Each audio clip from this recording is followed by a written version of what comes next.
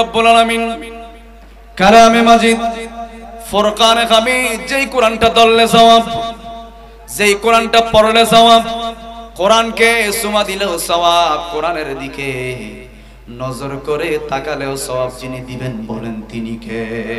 কোরআন কিন্তু আপনি পড়েন নাই, কোরআন কিন্তু আপনি ধরেন নাই, কোরআনের দিকে নজর করে তাকালে সুখের গুনাহগুলো যিনি মাফ করবেন বলেন তিনি কে? কোরআনের দিকে তাকালেই সওয়াব।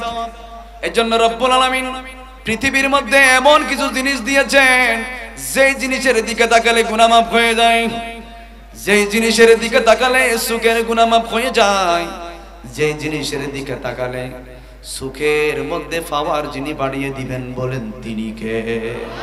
ওখান থেকে একটা হলো কোরআনে মাজিদ ফুরকানে হামিদ। ওই কোরআনটা দেখলে মানুষের সুখের পাওয়ার যিনি বাড়িয়ে দিবেন বলেন তিনি কে? আর প্রথম নম্বরের মধ্যে হলো নিয়ামতে কুবরার মধ্যে সবচেয়ে বড় নিয়ামত, যার নিয়ামতের উপরে কোনো নিয়ামত নাই, যার উপরে কোনো নিয়ামতের কোনো স্তর নাই, ওই নিয়ামত হলো আমাদের জন্য একজন নবী আল্লাহ পাঠিয়েছেন।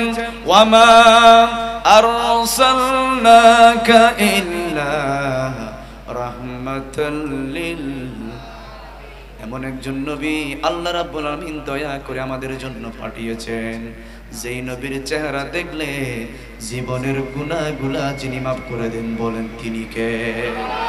জীবনের গুনাহ মাফ হয়ে যায়। নবী তো আমাদের থেকে বিদায় নিয়েছেন। আমার নবীকে যদি কেউ স্বপ্ন দেখে, এটা কিন্তু স্বপ্ন নয়, আমার নবীকে ওই ব্যক্তি বাস্তবে দেখেছেন, ঠিক কিনা বলেন? আর আমার নবীকে যেই ব্যক্তি দেখে, স্বপ্নে হোক এমনি জাগ্রত অবস্থায় হোক, আমার নবীকে দেখলে স্বপ্ন নয়, এটা বাস্তবে হয়ে যায়।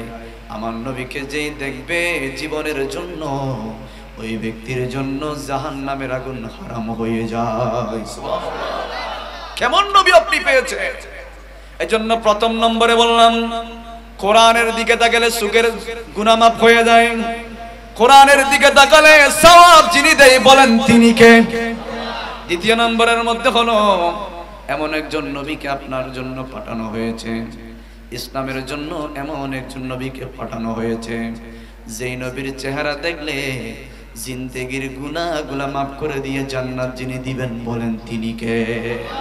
তিন নম্বরের মধ্যে এমন একজন জিনিস, এমন একটা জিনিস আপনার ঘরের মধ্যে, প্রত্যেকটা ঘরের মধ্যে মা এবং বাবা আছে না নাই?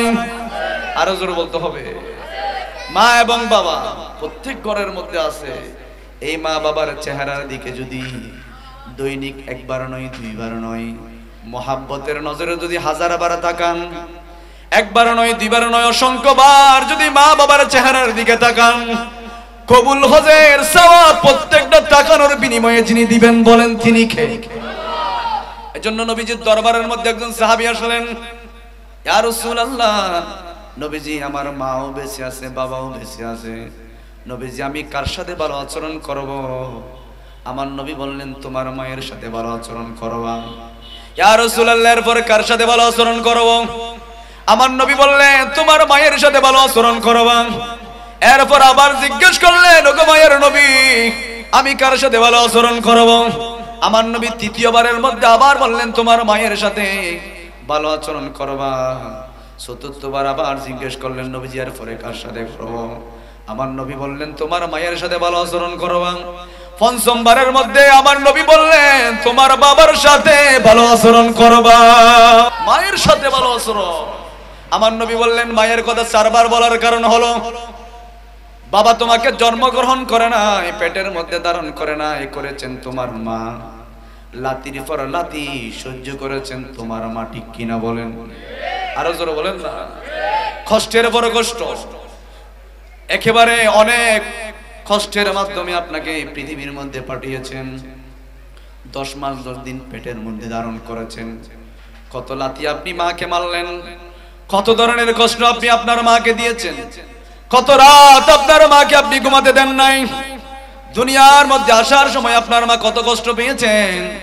আমার নবী কিন্তু এমনি মায়ের কথা 4 বার বলেন নাই, কারণ মা এত কষ্ট করেছেন যেই কষ্টটা বাবা করে নাই, যেই কষ্ট অন্য কেউ করে নাই।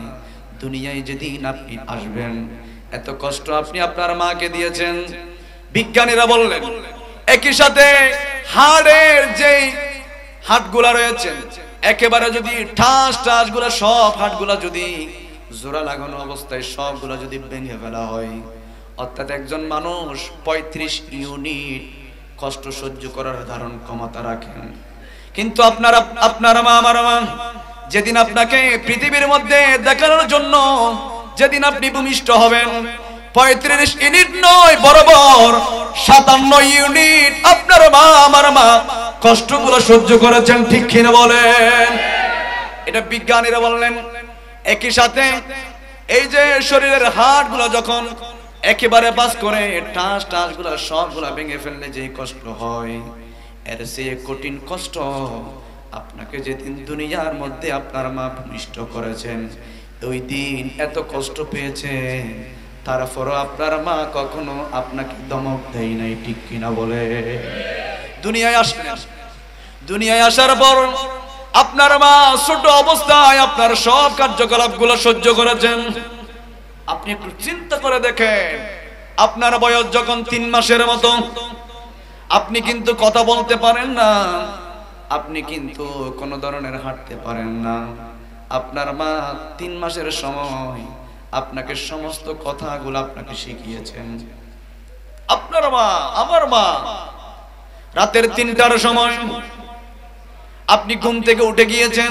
এটা প্রত্যেকের বেলায়। আজকে ছেলে কেমনে মাকে বৃদ্ধাশ্রমে দিয়ে আসে, ছেলে কেমনে নিজের বাপকে জবাই করে দেয়, ছেলে কেমনে নিজের মাকে জবাই করে দেয়, সেই কি জানে না মা বাবার কষ্টের বিনিময়ে ওই ব্যক্তিকে এই পর্যন্ত আসার জন্য যিনি দিয়েছেন বলেন তিনি কে? আরো জোরে বলতে হবে। আপনি কিন্তু এই পর্যন্ত এমনি আসেন নাই, আপনার দোয়া এমনি মোটা হয় নাই, আপনি এমনি বড় হন নাই, একেবারে বড় অবস্থায় কিন্তু আপনি দুনিয়ার মধ্যে আসেন নাই। আপনি ছোট অবস্থায় দুনিয়ার মধ্যে এসেছেন। মায়ের কোলের মধ্যে আপনি পায়খানা করেছেন, মায়ের কোলের মধ্যে আপনি প্রস্রাব করেছেন। আপনার মা আপনার জন্য 10 মাস 10 দিন পর্যন্ত কখনো ঘুমাতে পারে নাই। ডাক্তার বলছিল হয়তো মা বাঁচবে, হয়তো ছেলে বাঁচবে। আপনার মা সেন্ড করে দিয়েছেন আমি মরে যাব, আমার ছেলেকে পৃথিবীর মধ্যে রেখে যেতে চাই। ঠিক কিনা বলে? আপনার মা সেন্ড করে দিয়েছে, ডাক্তার সাহেব আমার ছেলেকে আমি রেখে যাব, খবরদার আমার ছেলেকে আপনারা মারবেন না, আমার ছেলেকে মেরে ফেলবেন না, খবরদার আমি মা মরবো, আমার ছেলেকে মেরে যেতে চাই না, আমার ছেলেকে পৃথিবীর মধ্যে রেখে যেতে চাই। এজন্য আমার নবী মায়ের কথা 4 বার বললেন, কারণ মা কষ্টের পর কষ্ট সহ্য করেছেন, ব্যথার পর ব্যথা মা সহ্য করেছেন। মা এত কষ্ট সহ্য করেছেন, তারপরও কিন্তু আপনাকে এতিমখানায় দিয়ে আসে নাই, তারপরও আপনাকে কিন্তু ঘর থেকে বের করে দেয় নাই, তারপরও আপনার মা আপনাকে গ্যারেজের মধ্যে দিয়ে আসে নাই, আপনার মা মাদ্রাসার মধ্যে দিয়েছেন, আপনার মা আপনাকে মসজিদের মধ্যে ফরখানিয়ায় পাঠিয়েছেন, স্কুলে দিয়েছেন। কারণ আপনার মায়ের বড় স্বপ্ন আপনি বড় হলে আপনার মা ইন্তেকালের সময় আপনি পাশে থাকবেন, কবরের মধ্যে গিয়ে জিয়ারত করবেন। ঠিক কিনা বলে? এই জন্য আমি বললাম 1 নম্বরে নবীজির চেহারা দেখলে জীবনের গুনাহ মাফ হয়ে যায়, কোরআনের দিকে তাকালে সুখের পাওয়ার বেড়ে যায়। 3 নম্বরে আপনার ঘরে আমার ঘরের মধ্যে যাদের মা আছে, যাদের বাবা আছে, এজন্য রাহমাতুল লিল আলামিন মসজিদ নববী শরীফের মেহরাবের মধ্যে মিম্বরের মধ্যে নবীজি যখন পা রাখলেন, জিবরাইল আমিন এসে বললেন নবীজি যাদের মা আছে বাবা আছে খেদমত করে জান্নাত কামাই করতে পারে নাই, ওই ব্যক্তি ধ্বংস হয়ে যাক। আমার নবীজি আমিন বললেন। 2 নম্বরের মধ্যে বললেন নবীজি মাহফিলের মধ্যে এমনি সময়, যেই সময় আপনার আলোচনা হবে, আপনি নবীজির নামে মুস্তাফা উচ্চারণ হবে, যেই ব্যক্তি দরুদ পড়বে না ওই ব্যক্তি ধ্বংস হয়ে যাক। আমার নবীজি কিন্তু আমিন বলেছেন। ঠিক কিনা বলেন? এজন্য মায়ের কথা নবীজি বললেন মায়ের চেহারার দিকে তাকালে, মায়ের চেহারার দিকে তাকালে কবুল হদের সওয়াব হয়ে যায়। আবার কোন মানুষ যদি মক্কা মদিনা শরীফের মধ্যে যাওয়ার জন্য আল্লাহ তৌফিক দেয়। কোনদিন যদি সম্বল হয়ে যায় মদিনা শরীফের মধ্যে যাবেন, মক্কা শরীফের মধ্যে যাবেন, খানায়ে কাবার চারিদিকে তাওয়াফ করবেন। আমার নবী বলেন খানায়ে কাবার দিকে তাকালে, নজর করে তাকালে 20টা রহমত যিনি নাজিল করবেন বলেন তিনি কে? 20টা রহমত। কোনো ইবাদত নাই, কিছু করেন নাই, আপনি খানায়ে কাবার একেবারে নিচে বসে আছেন ফ্লোরের মধ্যে, আমার নবী বলেন নজর করে তাকিয়েছেন 20টা রহমত ওই নজরকারী ব্যক্তিদের আমলনামার মধ্যে যিনি নাজিল করবেন বলেন তিনি কে? নূরে নবী নূর নিয়ে সেই নূরেতে সারা জাহান আলোকিত হয়েছে। আসসালাতু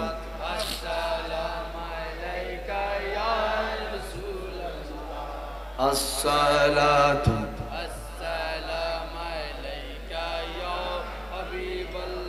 আপনাদের কষ্ট হচ্ছে তো একটু জোরে বলেন না। নূর নবী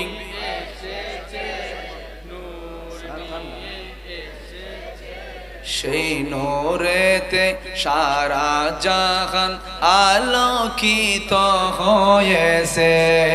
আসসালাতু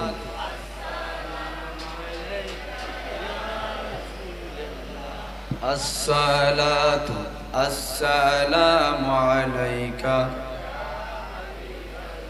নূরে নবীজি তশরিফ এনে সিজদাতে পড়েছে। নূরে নবীজি তশরিফ এনে সিজদাতে পড়েছে। গুনেহগার মতের তরে নূরানি খাদ তুলেছে। সারা জীবন কেঁদেছে আজও তিনি কাঁদছে। কোরআন হাদিস পড়ে দেখো এই প্রমাণ রয়েছে। আসসালাতু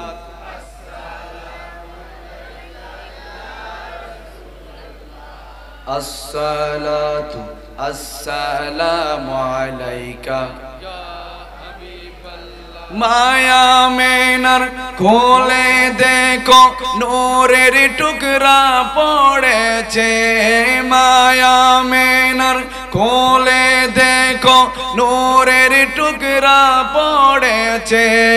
সেই নূরেতে শিক্ষিত হতে হাওয়া মারিয়াম এসেছে। বিবি আসিয়া এসেছে। ফেরেশতা কুল এসেছে। দরুদ সালাম পড়ে তারা নূরকে বরণ করেছে।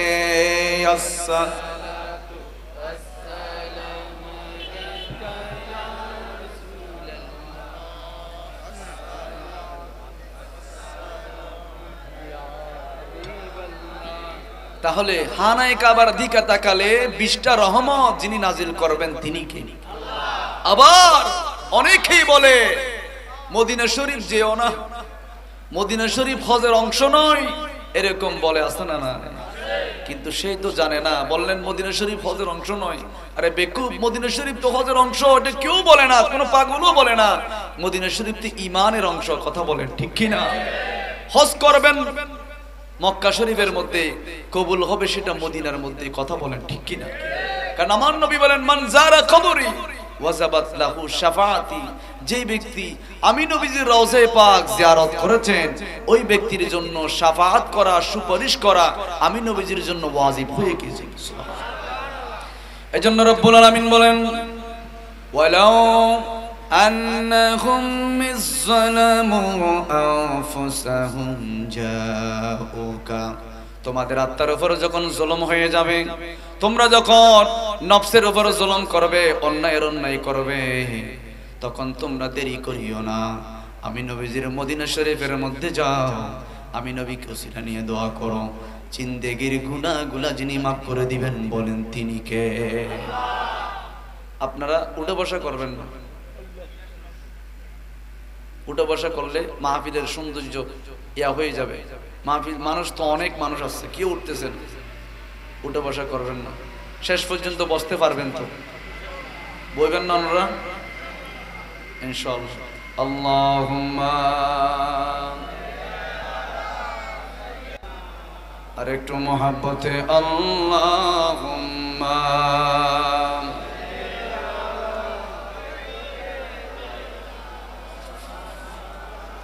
ওয়া আলা আলি সাইয়্যিদিনা। এই জন্য আমি একটা আয়াতে কারিমা তেলাওয়াত করেছি। আল্লাহ রাব্বুল আলামিন বলেন, ইন্নামাল মুমিনুনা আল্লাযীনা ইযা যুকিরাল্লাহ, আমার ঈমানদাররা, আমার মুত্তাকিরা, মুমিনরা যখন জিকির করবে, ওই ব্যক্তিদের কলবটা কোরআন তেলাওয়াত যখন তাদের সামনে হবে, কানের মধ্যে যখন কোরআনে পাকের আওয়াজ, কোরআনে পাকের আয়াত যখন তাদের কানের মধ্যে যাবে, তাদের কলবটা ঈমান দিয়ে যিনি ভরপুর করে দিবেন, বলেন তিনি কে? তাহলে দেখেন, মুমিন দুই শ্রেণীর, মুসলমানের মধ্যে দুই শ্রেণীর বিভক্ত হবে। এক শ্রেণীর মানুষ নবীর মহাব্বত, কোরআনের মহাব্বত, তারা কখনো অন্যান্য মানুষের মতো হবে না, মুনাফিকের মতো হবে না। এক শ্রেণীর মানুষ তারা হুসাইনি, ওই ব্যক্তিরা জান দিয়ে ফেলবে, কখনো তারা বাতিলের কাছে মাথা নত করবে না। কথা বলেন ঠিক কিনা? আবার এক শ্রেণীর মানুষ দেখবেন বিভিন্ন কার্যকলাপের জন্য, সম্মানের জন্য বিভিন্ন সময় বিভিন্ন জায়গার মধ্যে যাবে। এই জন্য রব্বুল আলামিন বলেন, কদ আফলাহাল মুমিনুনা আল্লাযীনা হুম ফি সলাতিহিম খাশিউন, আমার মুমিন বান্দারা এমন ভাবে নামাজের মধ্যে সিজদারত হয়ে যায়, এমন ভাবে ইবাদতের জন্য সিজদারত হয়ে যায়, তাদেরকে তীর মারলেও ওই ইবাদত থেকে দূরে যায় না। কারণ একজনের জন্য সিজদা দিবেন, বলেন তিনি কে? আরো জোরে বলতে হবে। আবার কিছু সংখ্যক মানুষ আছে ক্ষমতার জন্য, নিজের সম্মান বাড়ানোর জন্য বিভিন্ন উপাসনালয়ের মধ্যে যায়, যেখানে আল্লাহ ব্যতীত অন্য একজনের উপাসনা করা হয়, দেবদেবীর পূজা করা হয়, ওই জায়গার মধ্যে যায় ক্ষমতার জন্য, নিজের সম্মান বাড়ানোর জন্য, বাহবা পাওয়ার জন্য। মূর্তির সামনে গিয়ে মুনাজাত করে এমন মুনাফিক বাংলাদেশে আছে না না? আরো জোরে বলেন, আছে না নাই? কিন্তু ইমানদাররা ক্ষমতার জন্য নয়, সেজন্য কারবালার প্রান্তরের মধ্যে ইমামে হুসাইনকে বলা হলো, হুসাইন, তোমাকে ক্ষমতা দেওয়া হবে, রাজপ্রাসাদ দেওয়া হবে, সিংহাসন দেওয়া হবে, তুমি একটু এজিদকে সমর্থন দাও। ইমামে হুসাইন বললেন, আমাকে যদি এক হাতের মধ্যে চন্দ্র এনে দেওয়া হয়, আর এক হাতের মধ্যে যদি সূর্য এনে দেওয়া হয়, জিন্দেগিতে ওই কুখ্যাত ডাকাত এজিদকে আমি সমর্থন করব না। কারণ আমার নানা জান রহমাতুল লিল আলামিন আমাকে এই শিক্ষা দেয় নাই, প্রয়োজনে জীবন দেব, কখনো বাতিলের কাছে মাথা নত করব না। ঠিক কিনা বলে? এজন্য যারা ইমানদার হয়ে যায়, যারা আমার নবীকে ভালোবাসবেন, মৃত্যু যে হবে, মৃত্যুর পরে আল্লাহর সামনে যে উপস্থিত হতে হবে, যারা সত্যি সত্যি যারা ইমানদার হবে, তারা কখনো দুর্গা পূজার মধ্যে যাবে না, তারা কখনো দুর্গা পূজার সামনে গিয়ে মুনাজাত করবে না, দুর্গা পূজার মধ্যে তারা কখনো যাবে না, রোজা এবং পূজা একসাথে কখনো তুলনা করবে না, মুহাম্মদ এবং শিব এদের সাথে তুলনা করবে না। ঠিক কিনা বলে? ওরা বলছে রোজা আর হিন্দুদের পূজা দুটোটাই একই রকম, আর এদিকে মুহাম্মদ, আর ওইদিকে হিন্দুদের নাম বললেন রাম কৃষ্ণ, এগুলা একই সমান কথা। বুঝতে পারছেন ঈমানটা কোথায় গিয়েছে? এজন্য রহমাতুল লিল আলামিন বললেন, এমন একটা সময় আসবে, এমন একটা যুগ আসবে, বনি ইসরাইলের উম্মত যেমন ৭২ দল হয়েছেন, আমার উম্মত একদল বেশি হয়ে ৭৩ দল হবেন।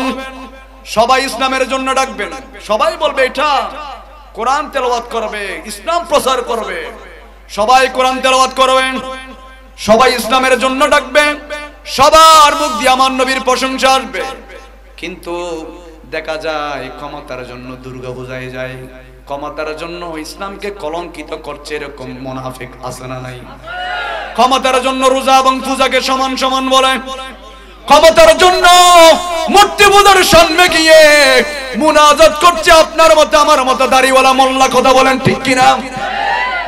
এজন্য টুপি দেওয়ার নাম ইসলাম নয়, দাড়ি রাখার নাম মুমিন নয়, জুব্বা পরার নাম মুমিন নয়, কোরআন তেলাওয়াত করার নাম মুমিন নয়। কারণ জিল খুয়াইসারা তামিমি আমার নবীজি যখন যুদ্ধের মালগুলো বন্টন করছেন, আমার নবীকে উদ্দেশ্য করে বললেন, ইত্তাকিল্লাহ ইয়া মুহাম্মদ, ও মুহাম্মদ তুমি আল্লাহকে ভয় করো। অমুককে বেশি দিয়েছো, অমুককে কম দিয়েছো, আল্লাহকে ভয় করো। ফারুক আজম তরবারি বের করলেন, বেয়াদব, আমার নবীকে তুমি ইনসাফ প্রতিষ্ঠা করা শিখাচ্ছ। সেই নবীকে ইনসাফ প্রতিষ্ঠা করার জন্য যিনি পাঠিয়েছেন বলেন তিনি কে? ওই নবীকে তুমি ইনসাফ শিখাচ্ছ। আমার নবীজি ফারুক আজমের হাতটা চেপে ধরলেন, কারণ ফারুক আজম এমন গরম ছিলেন যার সামনে কোনো মুসলমান নয়, কোনো কাফের নয়, আমার নবীর সাথে কেউ তর্ক করতে পারে নাই। উনি এমন শক্তিশালী, এমন ইসলামের জন্য কবুল হয়েছে। আমার নবীর সম্মান ফারুক আজমের সামনে কেউ কোনোদিন কমাতে পারে নাই, কারণ তারা আমার নবীকে জীবনের চাইতে বেশি ভালোবেসেছেন। ঠিক কিনা বলে? কারণ রব্বুল আলামিন বলেন, কুল ইন কানা আবাউকুম ওয়া আবনাউকুম ওয়া ইখওয়ানুকুম ওয়া আজওয়াজুকুম ওয়া আশিরাতুকুম। হাবিব জানিয়ে দেন, স্ত্রীর চাইতে, মায়ের চাইতে, সন্তানের চাইতে, নয় নয় সম্পদের চাইতে, নিজের জীবনের চাইতে আমার নবীকে ভালোবাসার জন্য বলেছেন কে? আমার নবীকে ভালোবাসতে হবে, নিজের জীবনের চাইতে বেশি ভালোবাসতে হবে। আমার নবীজি হাতটা চেপে ধরলেন, ফারুক থামো, ফারুক তুমি আগে যেও না, আমার কথা শোনো। এই জিল খুয়াইসারা তামিমি ওনার কিন্তু নামাজের কম ছিল না, নামাজ পড়তে পড়তে কপালের মধ্যে কালো জট হয়ে গিয়েছিল। ওনার কিন্তু তাহাজ্জুদের কম ছিল না, কোরআন তেলাওয়াতের কম ছিল না, কিন্তু আমার নবীকে বললেন, ইজিল্লিয়া মুহাম্মদ ইত্তাকিল্লাহ, ও মুহাম্মদ তুমি আল্লাহকে ভয় করো। একজনকে বেশি দিয়েছো, একজনকে কম দিয়েছো, আল্লাহকে ভয় করো। আমার নবীজি একেবারে হতভম্ব হয়ে গেলেন। ফারুক আজম তরবারি বের করলেন, আমার নবী হাত চেপে ধরলেন, ফারুক থামো, খবরদার তরবারি তুমি বের করবে না, বন্ধ করো। এই ব্যক্তির একটা গোত্র হবে, এই ব্যক্তির একটা দল হবে, যারা কোরআন তেলাওয়াত বেশি করবে, জিকির বেশি করবে, তাহাজ্জুদ বেশি পড়বে, কোরআন শুদ্ধ সহিহ ভাবে তেলাওয়াত করবে। কিন্তু জেনে রেখো ফারুক, ওই ব্যক্তিটা ইসলাম থেকে এমন ভাবে বের হয়ে গিয়েছেন, ধনুক থেকে যেমন তীর বের হয়ে যায়, ধনুকের সাথে সম্পর্ক থাকে না। ওই ব্যক্তিরা ইসলাম থেকে এমন ভাবে বের হয়েছেন, তাদের সাথে ইসলামের কোনো সম্পর্ক নাই। ঠিক কিনা বলেন? এটা বুখারী শরীফের মধ্যে বাবুল খারায়েস, হারেজিদের কথা ওখানে এসেছেন, একটা পুরো চ্যাপ্টার আছে। আমার নবী বললেন তাদের কোরআন তেলাওয়াত বেশি হবে, তারা নামাজ পড়তে পড়তে কপাল কালো হয়ে যাবে, তারা সব সময় তাসবিহ গণতে থাকবে, মানুষের সাথে কত বলবে, তাসবিহও গণবে, এদিকে ডিলও করবে, তাসবিহও গণবে। আছে না নাই? মিসওয়াকও করে, আবার নিচেও ধরে। আছে না নাই? বলবে ফারুক তাদের নামাজ বেশি হবে, কোরআন তেলাওয়াত শুদ্ধ হবে, তারা জিকির বেশি করবে, নামাজ বেশি করবে, কিন্তু তারা অন্তরের মধ্যে ধারণা থাকবে, আমি যদি নামাজ পড়ি এলাকার মানুষ বলবে আমি নামাজি, আমি যদি বেশি কোরআন পড়ি এলাকার মানুষ বলবে এই কোরআন তেলাওয়াতকারী। শুধু মানুষকে দেখানোর জন্য এই কোরআন তেলাওয়াত করবে, এগুলো সব করবে, কিন্তু দেখবে ক্ষমতার জন্য দুর্গা পূজায় গিয়ে রোজা এবং পূজাকে একসাথে করে দিবে। কথা বলেন ঠিক কিনা? এই জন্য এই মুনাফিকদের কথাগুলা আমার নবী সেজন্য বললেন, আমার উম্মত বনী ইসরাইলের উম্মতের মতো নয়, আমার উম্মত ৭৩ দল হবে। সাহাবা ইকরাম বললেন, ইয়া রাসূলুল্লাহ তাহলে আমরা কিভাবে চিনবো? সবাই তো টুপি দিবে, সবাই তো দাড়ি রাখবে, সবাই তো কোরআনের কথা বলবে, সবাই তো ইসলামের কথা বলবে, আমি কেমনে চিনবো? আমার নবীজি চিহ্ন দিয়ে গিয়েছেন, পরিচয় দিয়ে গিয়েছেন। আমার নবী বললেন, মা আনা ওয়া আসহাবি, যে দলের মধ্যে আমি নবীজি থাকবো, যে দলের মধ্যে আমি নবীর মহব্বত থাকবে, যে দলের মধ্যে আমার ইমাম হাসান হুসাইনের তাজকিরা থাকবে, যে দলের মধ্যে আমার সাহাবা ইকরামের মহব্বত থাকবে, যেই দলের মধ্যে আল্লাহর ওলিরা থাকবে, যেই দলের মধ্যে গৌসে বাগদাদ থাকবে, হাজা গরিবের নওয়াজ থাকবে, গৌসে মাইজবান্ডারি থাকবে, শাহ আমারত থাকবে, ওই দলের নাম আহলে সুন্নাত ওয়াল জামাত। কথা বলেন ঠিক কিনা?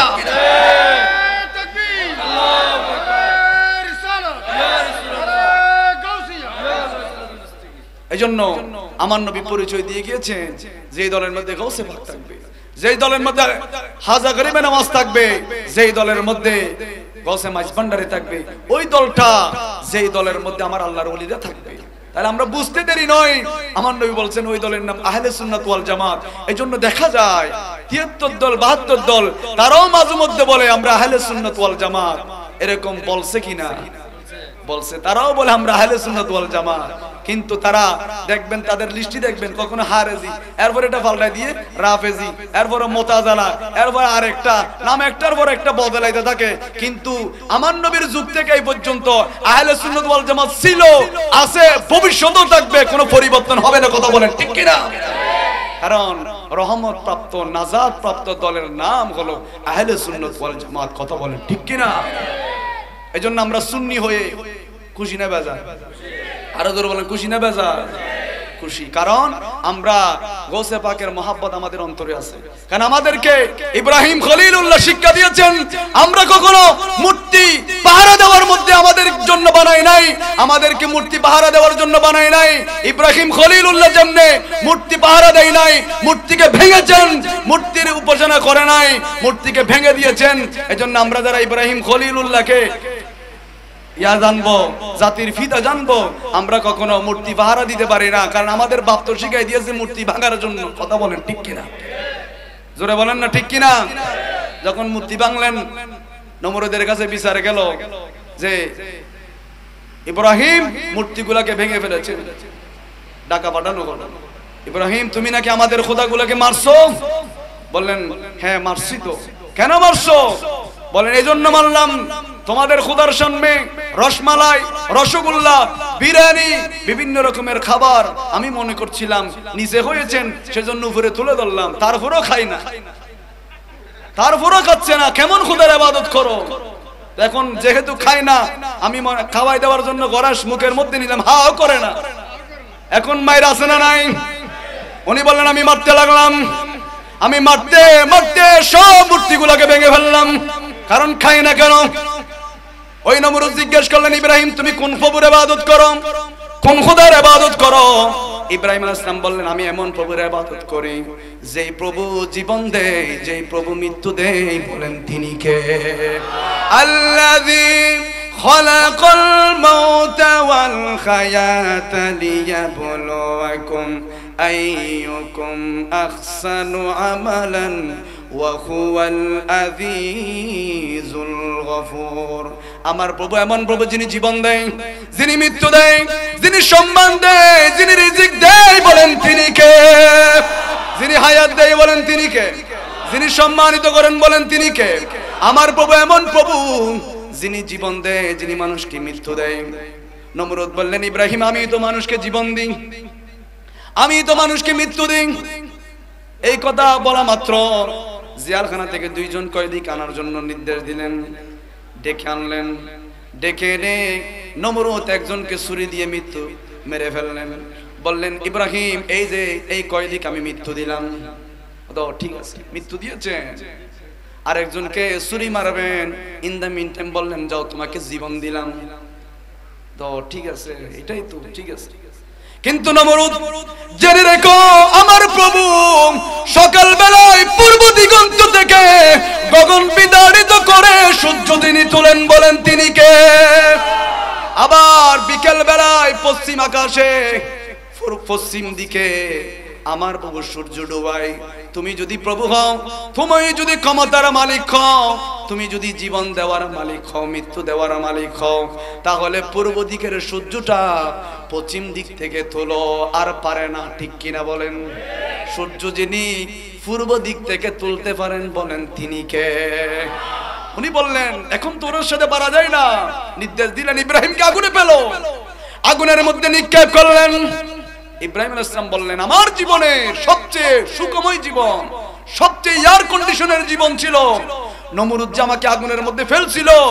আল্লাহ নির্দেশ করেছিল খবরদার আমি আগুনের মালিক, আমি রব, খবরদার তোমাকে আমি বলছি আমার ইব্রাহিমকে কোন ধরনের আগুনের আঘাত করা যাবে না, থাপ দেওয়া যাবে না, খবরদার। আবার এমনও করা যাবে না যে ঠান্ডা আমার ইব্রাহিমের লেগে যায়, ঠান্ডাও খাওয়া যাবে না, গরমও নয় ঠান্ডাও নয়, এমন একটা নাতিশীতোষ্ণ এয়ার কন্ডিশন ইব্রাহিমের জন্য আগুনের মধ্যে তুমি সৃষ্টি করে দাও। সুবহানাল্লাহ। নবীজির গোলামের মৌলাজির গোলামের কোনো চিন্তা নাই, চলো নবীজির জান্নাতে নবীজির গোলামের মৌলাজির গোলামের কোনো চিন্তা নাই, চলো নবীজির জান্নাতে ও গো নবী মায়ার নবী তুমি কামলিওয়ালা, তোমারি উসিলাতে জগতে হয় উজালা, তোমারি বিরহে দু চোখ, তোমারি বিরহে দু চোখ অসুরু জড়াই, চলো নবীজির জান্নাতে আমরা তো হস্টল না তো পড়েন না, চলো নবীজির জান্নাতে তাহলে ইব্রাহিম আলাইহিস সালামের কাজ ছিল মূর্তি ভাঙা। জিন্দেগিতে কোন সাহাবীর আলোচনা জীবনী আপনি দেখাতে পারবেন না মূর্তির সামনে গিয়েছে, আমার নবী গিয়েছেন, এরকম কেউ দেখাতে পারবে না। ইসলাম কিন্তু এমনি আসে না, কত কষ্ট।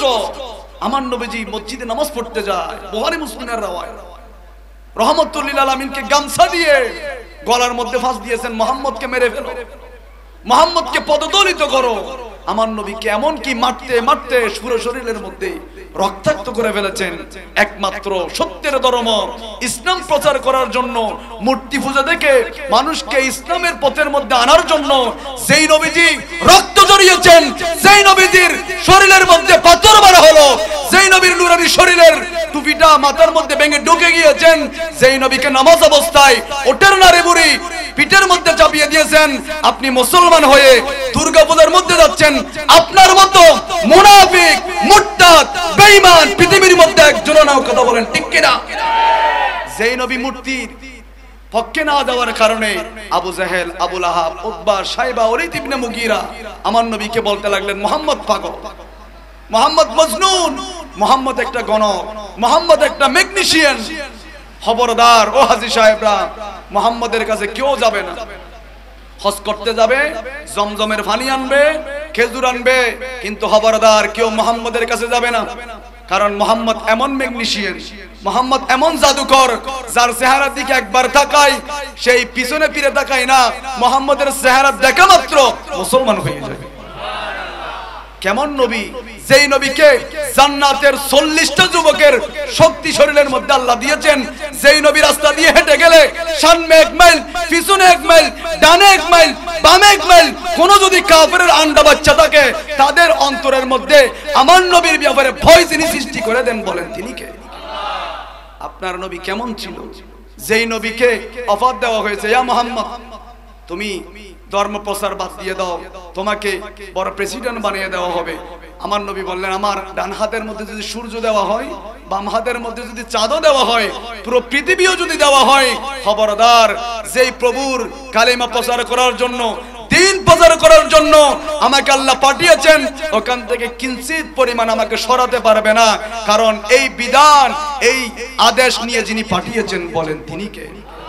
হাজারো ব্যথা বেদনার পরে ফিরে আসনি তুমি আপন ঘরে, দিনের আলো তুমি ছড়িয়ে দিতে চলে গেলে মদিনায় মক্কা ছেড়ে।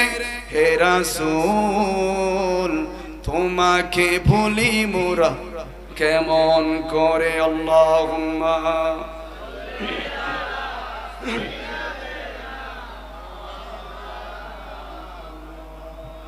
ওয়ালা আলি।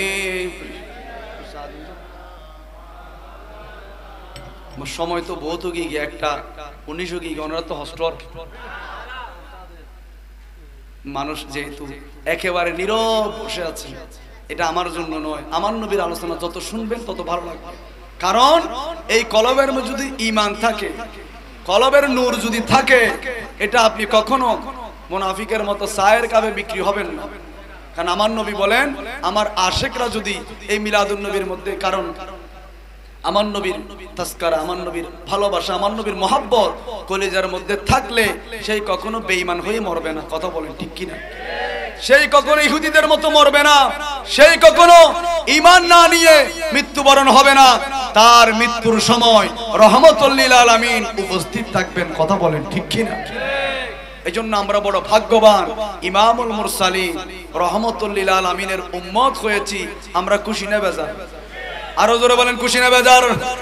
তা আমি বলছিলাম, আমার নবীজি অনেক কষ্টের মাধ্যমে, অনেক ত্যাগ তিতিক্ষার মাধ্যমে আমার নবীকে মক্কা শরীফ থেকে মদিনার মধ্যে হিজরত করিয়েছেন কাফেররা।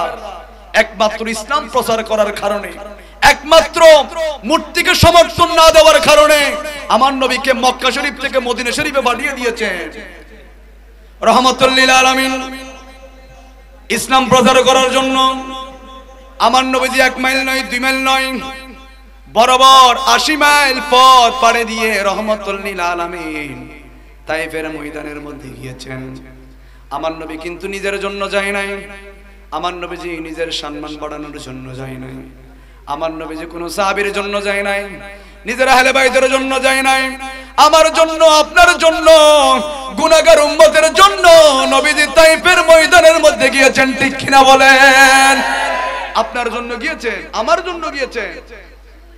আমার নবী নিজের আহলে বাইতের জন্য যায় নাই, 1.5 লক্ষ সাহাবীদের জন্য আমার নবী কিন্তু তায়েফের ময়দানে যায় নাই।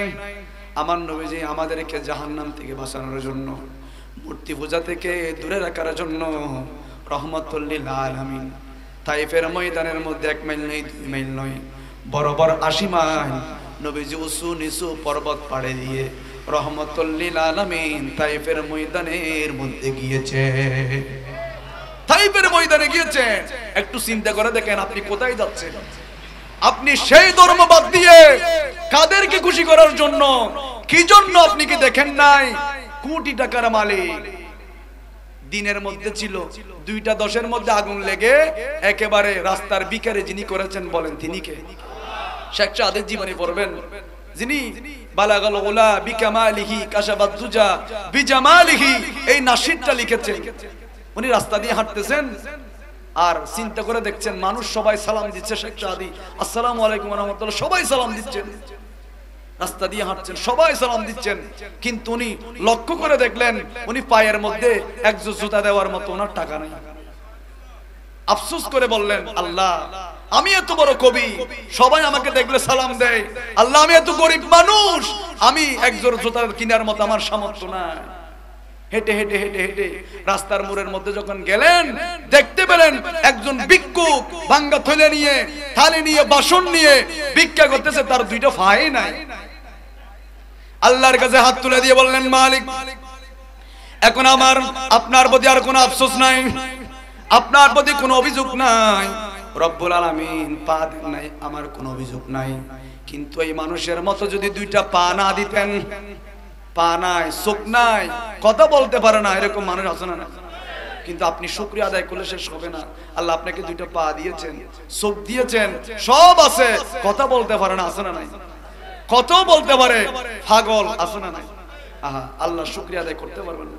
উনি আল্লাহর কাছে ফরিয়াদ করে দিন, আল্লাহ আমার জুতা কেনার মতো সামর্থ্য নাই, আর কোনো আফসোস নাই মালিক, মালিক আপনি তো আমাকে পাসারা বানান নাই, মালিক আপনি তো আমাকে বোবা বানান নাই, সুকসারা বানান নাই, এত নিয়ামত দিয়েছেন, 2টা চোখ যদি আপনি না দিতেন পৃথিবী তো আমি দেখতে পারতাম না। আল্লাহ আপনার দরবারে শুকরিয়া আদায় করছি, যতটুকু আছে এর মধ্যে আমি শুকরিয়া আদায় করছি, আলহামদুলিল্লাহ রাব্বিল। এই জন্য যারা ক্ষমতার জন্য ঈমান বিক্রি করে দিচ্ছে, আপনারা কি দেখেন নাই নমরুদের কি অবস্থা হয়েছে, ফেরাউনের কি অবস্থা হয়েছে, সাদ্দাদের কি অবস্থা হয়েছে? আপনারা কি দেখেন নাই তাদের টাকা পয়সাগুলা আলগানোর জন্য কয়েকজন মানুষ লাগতো, কয়েকশো মানুষ লাগতো শুধু টাকা পয়সার চাবিগুলো আলগানোর জন্য। আজকে তারা আছে?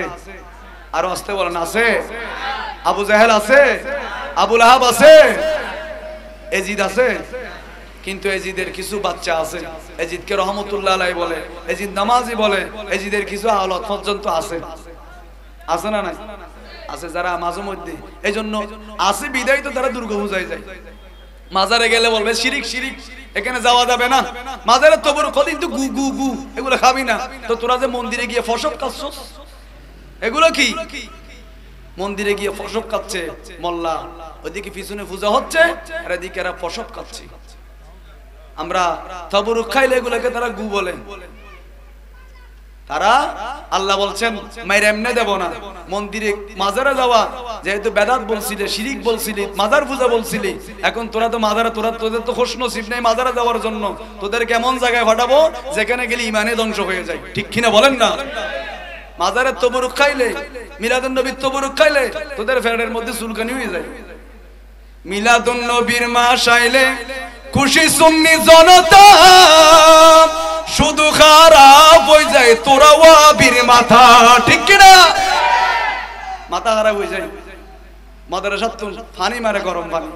কিরে তোরা তো এত জলের খা, ইতারা নিজের টিয়া দিয়ে গাড়ি বানাই, নিজের টিয়া দিয়ে মেঘ বানাই, হর নাচানাচি নাই, ফেকস নাই, নবীজির নাত রাসূল গেয়ে গেয়ে জলসের মধ্যে যাচ্ছে। তোরা জলে কেন বুঝো নাই?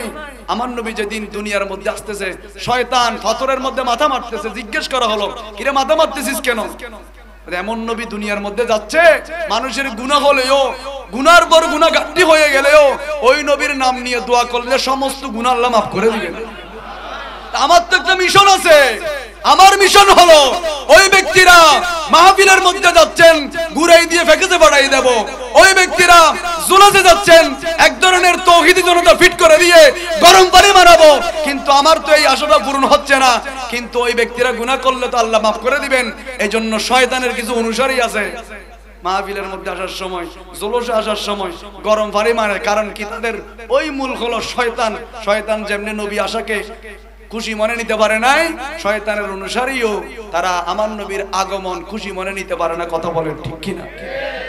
যাক, আমার বিষয় হলো আয়াতে কারিমা তেলাওয়াত করলাম। আল্লাহ রাব্বুল আলামিন বলেন, ইন্নামাল মুমিনুনাল্লাযীনা ইযা যুকিরাল্লাহু ওয়াজিবুহুম ওয়া ইযা তুলিয়াত আলাইহিম আয়াতুহু زادتهم إيمانا وعلى ربهم يتوكلون الله أكبر আরো জোরে বলেন, আরো জোরে বলেন। এই আয়াত, এই কোরআন, আবু জাহেল বললেন খবরদার হাজী সাহেবরা, খেজুর আনবা, জমজমের পানি আনবা, খবরদার মুহাম্মদের চেহারা দেখা যাবে, দেখা যাবে। বললেন কেন?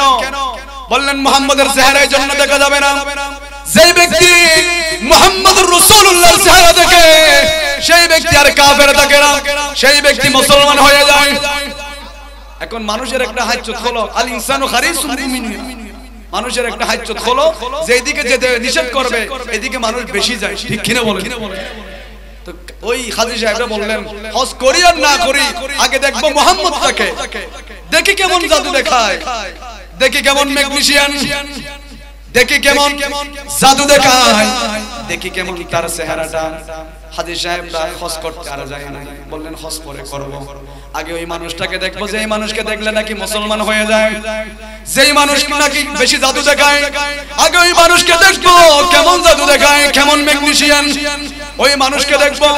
আমার রাহমাতুল লিল আলামিন তাহাজ্জুদের নামাজ পড়ছেন, সমস্ত কাফেররা হজ বাদ দিয়ে নবীজির ঘরের সামনে দিকে ঘুরতে লাগলেন। আমার রাহমাতুল লিল আলামিন সূরা রহমান তেলাওয়াত করতে লাগলেন, আর রহমানু আল্লামাল কুরআনা খালাকাল ইনসান আল্লামাহুল বায়ান। আমার নবীজির তেলাওয়াত কেমন সুন্দর ছিল, রাহমাতুল লিল আলামিন চমৎকার মেরে মন্ত্রমুগ্ধ ভাবে রাহমাতুল লিল আলামিন তাহাজ্জুদের নামাজ আদায় করছেন।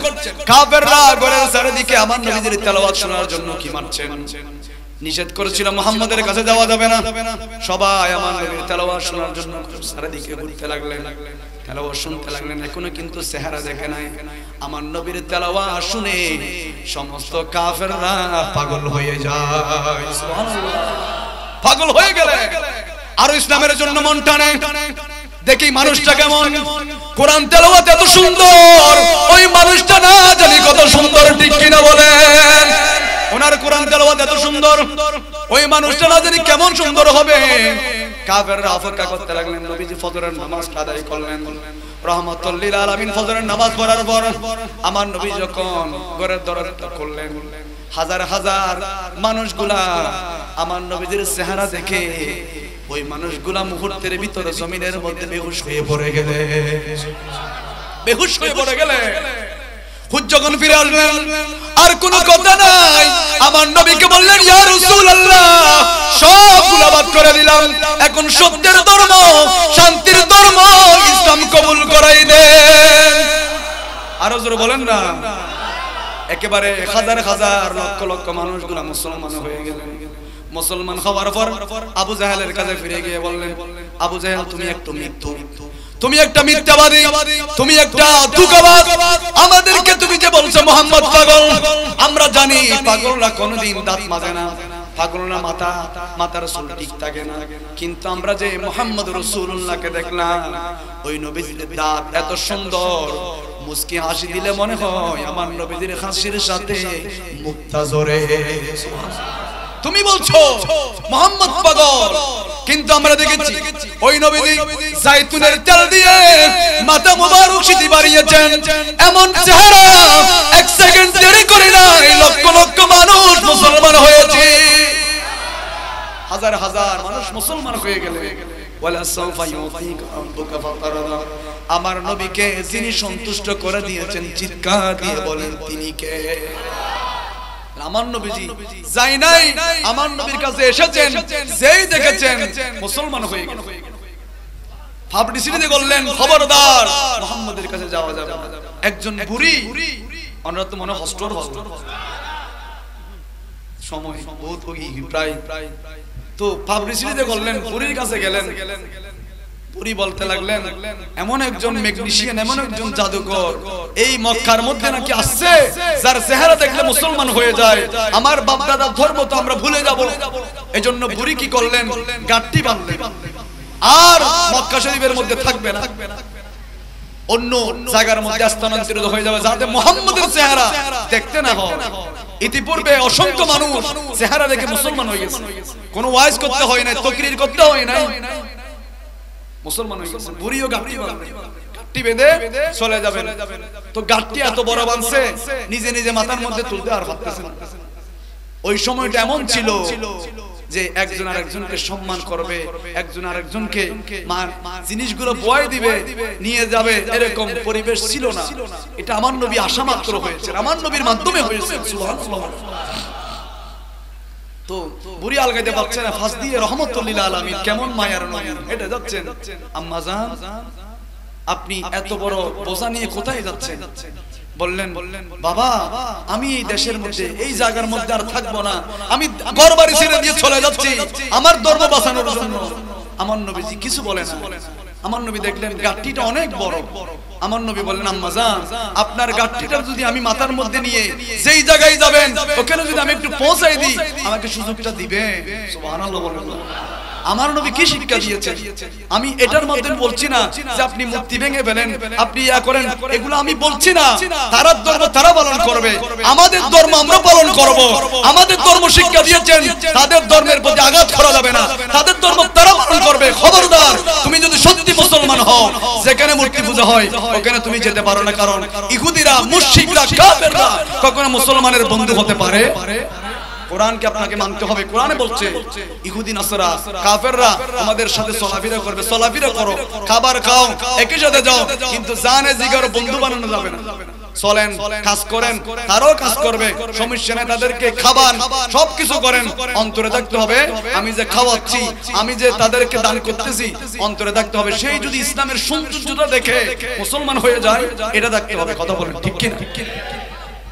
এটা থাকতে হবে, অন্তরে থাকতে হবে। আমার সৌন্দর্য দেখে, ইসলামের সৌন্দর্য দেখে, ইসলাম বলে কখনো কারো গায়ের মধ্যে আঘাত করা যাবে না।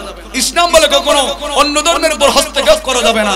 ইসলাম বলে অন্য ধর্মের মানুষ হোক অনাহারে মারা যায়, খাবার দাও, খুশি হবেন কে? আরো জোরে বলেন। আমার নবী ওই গাঁটটিটা মাথার মধ্যে নিয়ে রহমতুল লিল আলামিন, যেই নবীকে আল্লাহ রাব্বুল আলামিন বলছেন কুল কায়নাতের নবী ওয়া মা আরসালনাকা ইল্লা রাহমাতাল লিল আলামিন, ওই নবী মাথার মধ্যে গাঁটটিটা নিলেন, বুড়িও পিছনে পিছনে হাঁটতেছে আর পথের মধ্যে গল্প গুজব হচ্ছে। আম্মা জান আপনি চলে যাচ্ছেন কেন? বললেন এই এলাকার মধ্যে নাকি একজন মুহাম্মদ আছে যার চেহারা দেখলে মানুষ মুসলমান হয়ে যায়। আমি এই মুহাম্মদের চেহারা দেখার না দেখার জন্য এই এলাকা ছেড়ে চলে যাচ্ছি। আমার নবী মুস্কি মুস্কি হাসতেছেন, হায় রে আমাকে না দেখার জন্য চলে যাচ্ছে। আমার নবী কিছু বলে নাই। পথের মধ্যে অনেক গল্প গুজব হয়েছেন, আমার নবী পৌঁছে দিয়েছেন। যেই মুহূর্তে নবীজি চলে আসবেন, বুড়িমা জিজ্ঞাসা করলেন তুমি কে বাবা? মক্কা শরীফের মধ্যে অনেক যুবক আছে, কেউ বোঝাটা মাথার মধ্যে তুলেও দেয় না, কেউ খবরও নেয় না, কেউ কোনো কিছু আমার সামনেও আসে না। তুমি কে, কোন যুবক যে আমাকে মাথার মধ্যে বোঝাটা তুলতে দাও নাই, নিজের মাথায় করে বোঝাটা আমাকে অনেক দূর পর্যন্ত পৌঁছে দিয়েছো, তুমি কে? আমার নবী বললেন ও বুড়িমা, যেই মানুষের জন্য, যেই মানুষের চেহারা না দেখার জন্য আপনি মক্কা শরীফ ছেড়ে অন্য জায়গার মধ্যে আম্মা জান আপনি চলে যাচ্ছেন, ওই মানুষটার কেউ নয়। এই যে তোমার বোঝাটা আমি মাথার মধ্যে নিলাম, আমি হলাম সেই নবী রহমাতুল লিল আলামিন। সুবহানাল্লাহ, আমি সেই নবী। ওই মহিলা, ওই বুড়িমা দুই চোখের পানি ছেড়ে দিয়ে কান্না করে দিয়েছেন। আপনি কি মানুষ নাকি আসমানের চাঁদ? আপনার চেহারা চাঁদের চেয়ে বেশি সুন্দর। আপনি কে যুবক? আপনি এত বোঝা বহন করেছেন। যে মানুষটা বোঝা বহন করে নিয়ে গিয়েছেন, নিজের পরিচয় দিতে চায় না, আমি জিজ্ঞেস করলাম দিয়েছেন, উনি তো আর অন্য কোন কেউ হতে পারে না, উনি সত্য নবী রহমাতুল লিল আলামিন। আমি আর ভুল পথের মধ্যে থাকতে চাই না, আমাকেও ইসলাম কবুল করে আপনার দলের মধ্যে নিয়ে যান। সুবহানাল্লাহ। লক্ষ কোটি তারার মাঝে যেমন একটি চাঁদ, সৃষ্টি কোলের মাঝে তেমন নবী মুহাম্মদ, আমার নবী মুহাম্মদ, জানের নবী মুহাম্মদ, যার উসিলায় কায়েম হলো তামামে মাখলুকাত। বলুন লক্ষ কোটি যেমন একটি চাঁদ, সৃষ্টি কোলের মাঝে তেমন নবী মুহাম্মদ। 18,000 মাখলুকাতের স্রষ্টা সারা, অন্য কিছুর চেয়ে আমার নবীজি সেরা। ঠিক কি না? 18,000 মাখলুকাতের স্রষ্টা সারা, অন্য কিছুর চেয়ে আমার নবীজি সেরা। তিনি খোদার পিয়ারা সিরাজুম মুনিরা, যার উসিলায় কায়েম হলো তামামে মাখলুকাত। বলুন লক্ষ কোটি যেমন একটি চাঁদ, সৃষ্টি কোলের মাঝে তেমন, সৃষ্টি কোলের মাঝে তেমন। তাহলে আমি বলছিলাম আয়াত তেলাওয়াত করলাম, যে ব্যক্তিরা কোরআন শুনবে ঈমানদার যদি হয়, তাদের কলবের মধ্যে ঈমানের নূর যিনি বাড়িয়ে দিবেন, বলেন তিনি কে? আরো জোরে বলেন বাড়িয়ে দিবেন কে? এরপর আল্লাহ রাব্বুল আলামিন বলেন আল্লাযীনা ইউকিমুনাস সালাতা ওয়া মিম্মা রাযাকনাহুম ইউনফিকুন। আল্লাহ রাব্বুল আলামিন বলেন আল্লাযীনা ইউকিমুনাস সালাতা, যারা নামাজ প্রতিষ্ঠা করবে, নামাজ যারা পড়বে, ওয়া মিম্মা রাযাকনাহুম ইউনফিকুন, তাদের জন্য আসমান থেকে রিজিক পাঠাবেন কে? আরো জোরে বলেন। আপনাকে খাবারের জন্য চিন্তা করতে হবে না। আল্লাহ বলেন ফান্তাশিরু ফিল আরদ, খবরদার নামাজ পড়ার পর মসজিদে বসে থাকিও না, তাসবিহ নিয়ে বসে থাকিও না। আল্লাহ রিজিক দিবে, আল্লাহ তোমাকে গালের মধ্যে খাওয়াই দিবে, এই নিয়তে বসে থাকিও না। ফান্তাশিরু ফিল আরদ, জমিনের মধ্যে ছড়িয়ে পড়ো। তুমি কি দেখো নাই সাগরের তিমি মাছ সকাল বেলায় খালি পেটে নদীর মধ্যে সাগরের মধ্যে বের হয়ে যায় বিকেল বেলায় সন্ধ্যা বেলায় রাতের সময় তার পেট ভর্তি খাবার দিয়ে যিনি পাঠান বলেন তিনি কে আবার অসিয়ার কিছু খালি আছে পিছিয়ে দেখি একটু আমরা কিছু কিছু মানুষ সামনে পন্ডিত না আয়োজন কিছু কিছু সামনে আয়োজন আল্লাহুম্মা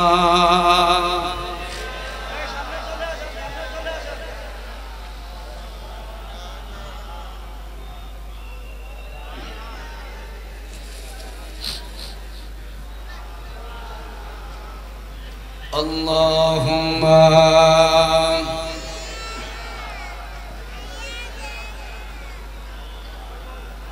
wa ala ali sayyidina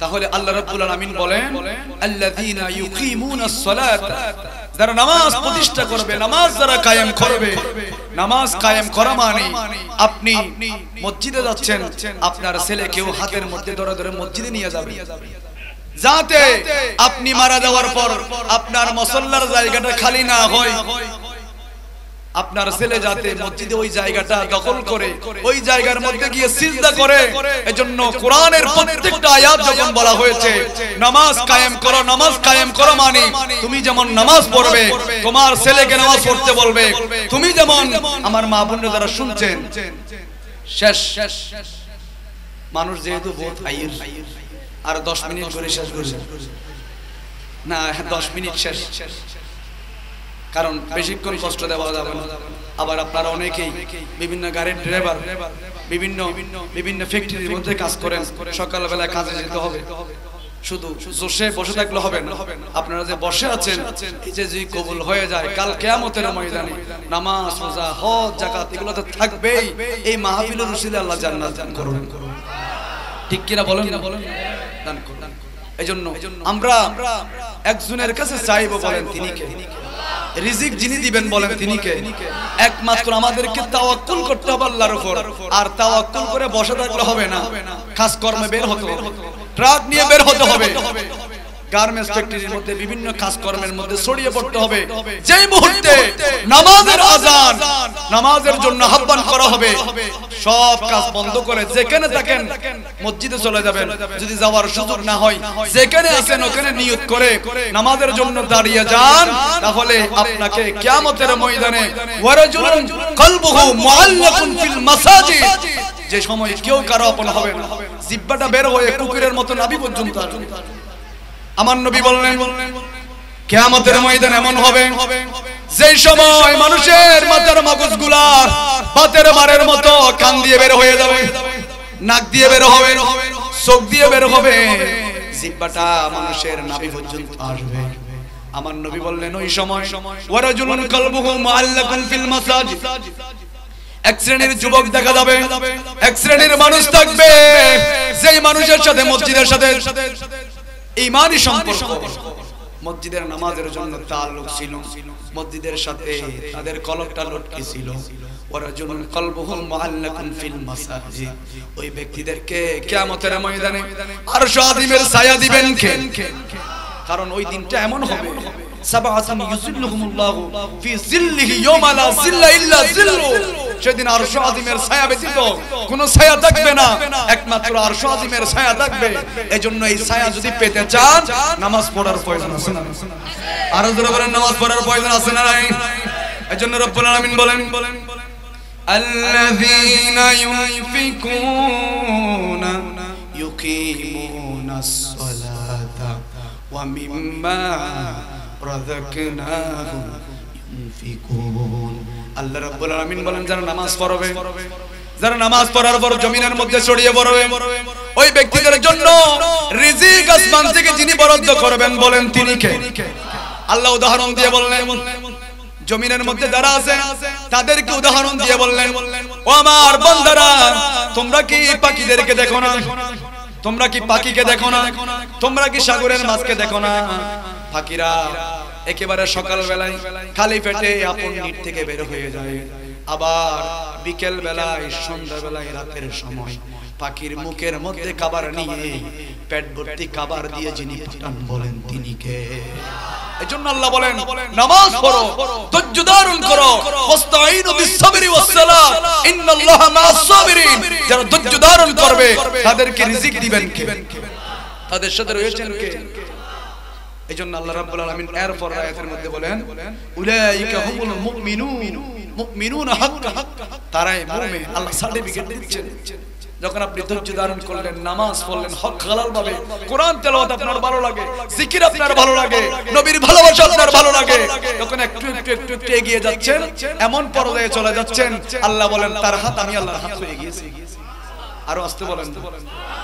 আল্লাহ বললেন তার হাত আমি আল্লাহর হাত হয়ে গিয়েছেন, তার পাটা আমি আল্লাহর পা হয়ে গিয়েছেন, তার জবানটা আমি আল্লাহর জবান হয়ে গিয়েছেন। সেই কথা বলে না, তার জবান দিয়ে যিনি কথা বলেন বলেন তিনি কে? লাহুম দারাজাত ইনদা রাব্বিহিম ওয়া মাগফিরাতুন ওয়া রিজকুন কারীম। ওই ব্যক্তির জন্য সম্মান যিনি বাড়িয়ে দেন বলেন তিনি কে? লাহুম দারাজাত, তার সম্মান বুলন্দ করে দেওয়া হয়, সম্মান বাড়িয়ে দেওয়া হয়। স্টেপ যখন পার করবেন একটার পর একটা, একটার পর একটা। এইজন্য আমার নবী বললেন, একজন সাহাবী আসলেন, ইয়া রাসূলুল্লাহ উদউনি, নবীজি দোয়া করেন আল্লাহ যাতে আমাকে মুস্তাজাব দাওয়া বানিয়ে দেন।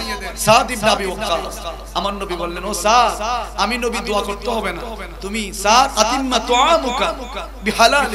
যখন সাদ খাবার খাবে হালাল খাবার খাবে, কণ্ঠ দিয়ে যখন খাবার না হবে হালাল খাবার খাবে, আমি নবী বলছি তুমি মুস্তাজাব দাওয়া হয়ে যাবে।